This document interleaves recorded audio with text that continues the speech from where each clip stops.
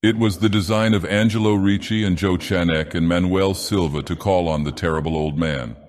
This old man dwells all alone in a very ancient house on Water Street near the sea, and is reputed to be both exceedingly rich and exceedingly feeble, which forms a situation very attractive to men of the profession of Messrs. Ricci, Chanek, and Silva, for that profession was nothing less dignified than robbery.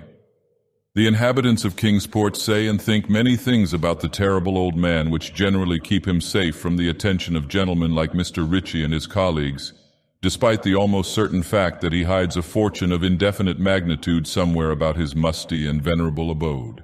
He is in truth a very strange person, believed to have been a captain of East India clipper ships in his day, so old that no one can remember when he was young, and so taciturn that few know his real name. Among the gnarled trees in the front yard of his aged and neglected place he maintains a strange collection of large stones, oddly grouped and painted so that they resemble the idols in some obscure Eastern temple.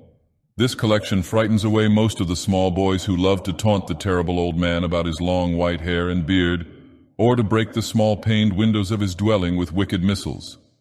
But there are other things which frighten the older and more curious folk who sometimes steal up to the house to peer in through the dusty panes.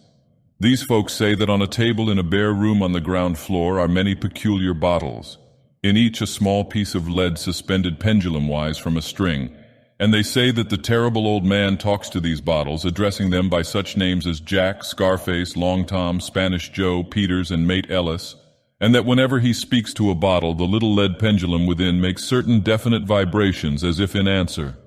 Those who have watched the tall, lean, terrible old man in these peculiar conversations do not watch him again. But Angelo Ricci and Joe Chanek and Manuel Silva were not of Kingsport blood.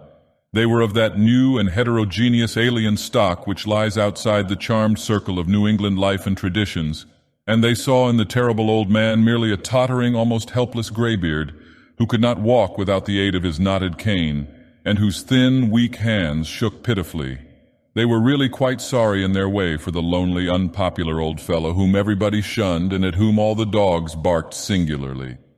But business is business, and to a robber whose soul is in his profession, there is a lure and a challenge about a very old and very feeble man who has no account at the bank and who pays for his few necessities at the village store with Spanish gold and silver minted 2 centuries ago.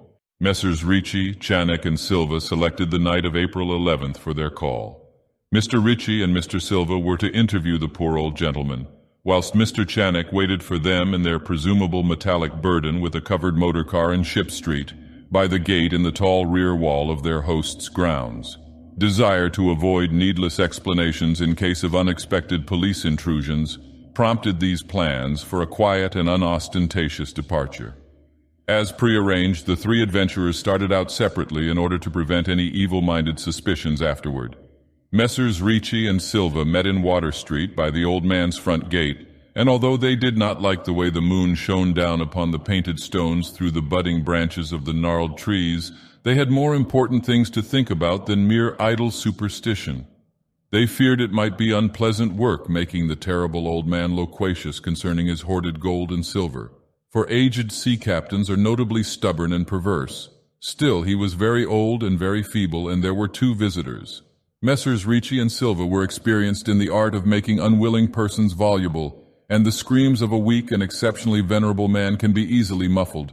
So they moved up to the one lighted window and heard the terrible old man talking childishly to his bottles with pendulums. Then they donned masks and knocked politely at the weather-stained oaken door. Waiting seemed very long to Mr. Chanek as he fidgeted restlessly in the covered motor car by the terrible old man's back gate in Ship Street.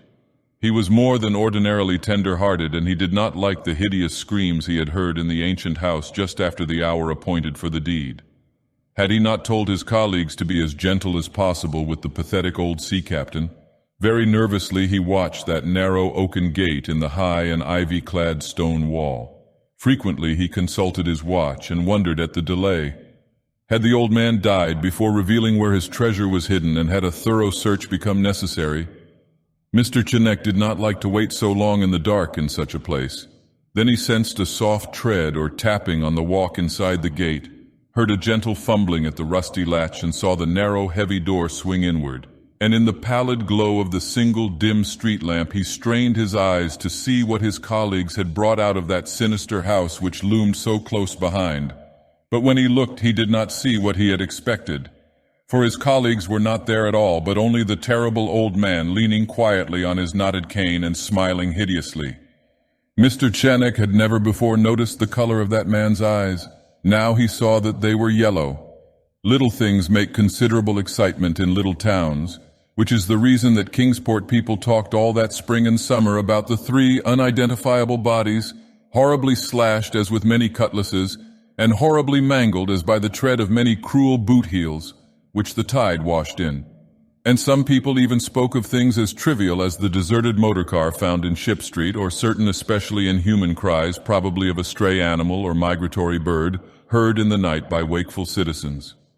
But in this idle village gossip the terrible old man took no interest at all. He was by nature reserved, and when one is aged and feeble, one's reserve is doubly strong. Besides, so ancient a sea captain must have witnessed scores of things much more stirring in the far-off days of his unremembered youth.